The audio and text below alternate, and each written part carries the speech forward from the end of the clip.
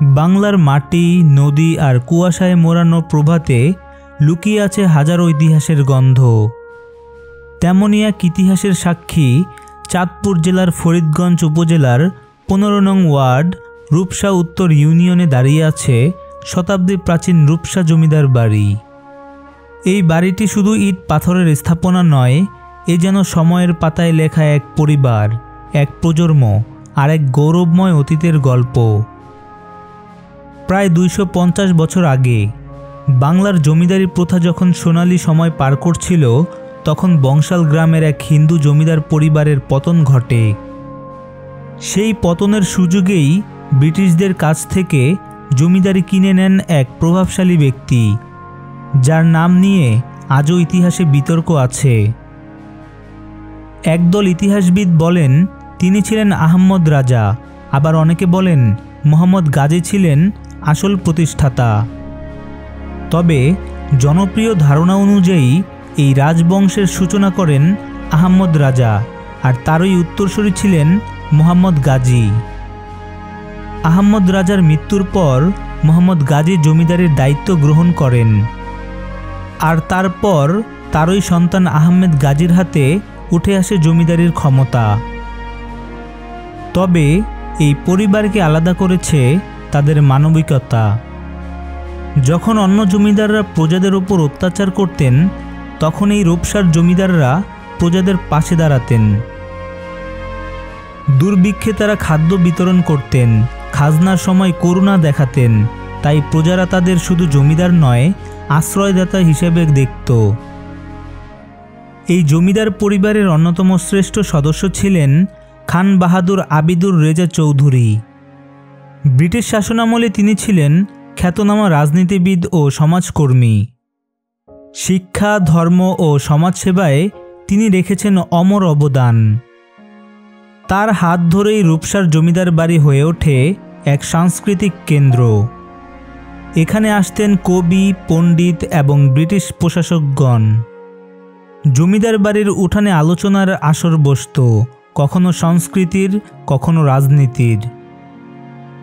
1971 সাল বাংলার ইতিহাসের সবচেয়ে গৌরবময় অধ্যায়। যখন পূর্ব বাংলার অধিকাংশ জমিদার পাকিস্তানি সেনাদের সহযোগিতা করছিল, তখন রূপসা জমিদার পরিবার বেছে নেয় অন্য পথ। তারা কোনো সহযোগিতা করেনি পাকিস্তানি মিলিটারিকে, বরং তারা নিজেদের সব সম্পদ, গোপন আশ্রয় আর অর্থ দিয়ে সাহায্য করেছিলেন মুক্তিযোদ্ধাদের। রূপসা জমিদার বাড়ির পেছনের ভবনটি একসময় ছিল মুক্তিযোদ্ধাদের গোপন আশ্রয় কেন্দ্র। এই বাড়ির কবরস্থানের পাশে লুকানো থাকত অস্ত্র আর চিকিৎসা সামগ্রী। অন্ধকার রাতে এখানে জ্বলে উঠত স্বাধীনতার প্রদীপ।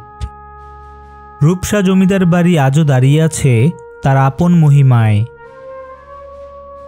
মূল ভবনটি ইটের তৈরি, বড় বড় বারান্দা, খিলান আকৃতির দরজা আর দেয়ালে এখনও টিকে আছে প্রাচীনকালের নকশা। মূল ভবনের পাশে ও পিছনে রয়েছে আরও দুটি স্থাপনা। একটিতে ছিল অতিথিশালা, অন্যটিতে ছিল কাছারি ঘর, যেখানে জমিদার প্রজাদের খাজনা সংগ্রহ করতেন।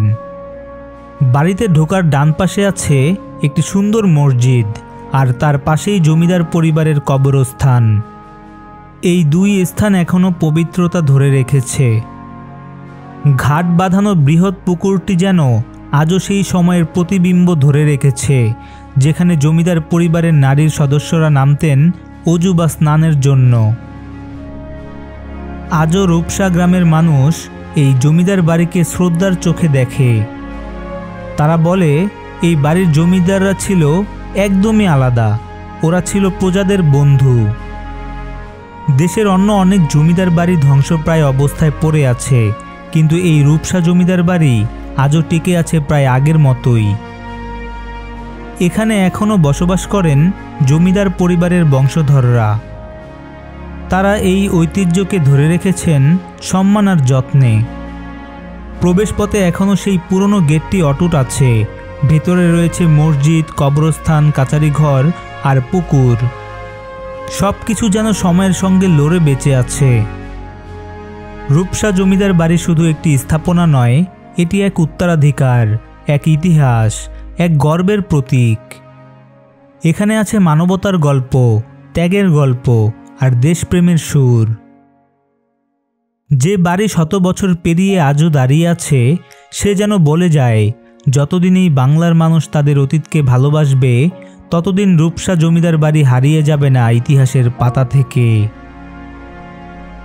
আমি ছিলাম তোমাদের সাথে, বলছিলাম রূপসা জমিদার বাড়ির গল্প। এ যেন কেবল অতীত নয়, এটা আমাদের গর্ব, আমাদের ঐতিহ্য। এরকম ঐতিহাসিক স্থাপনার ইতিহাস জানতে আমাদের চ্যানেলটি লাইক, কমেন্ট এবং সাবস্ক্রাইব করতে ভুলবেন না। ধন্যবাদ।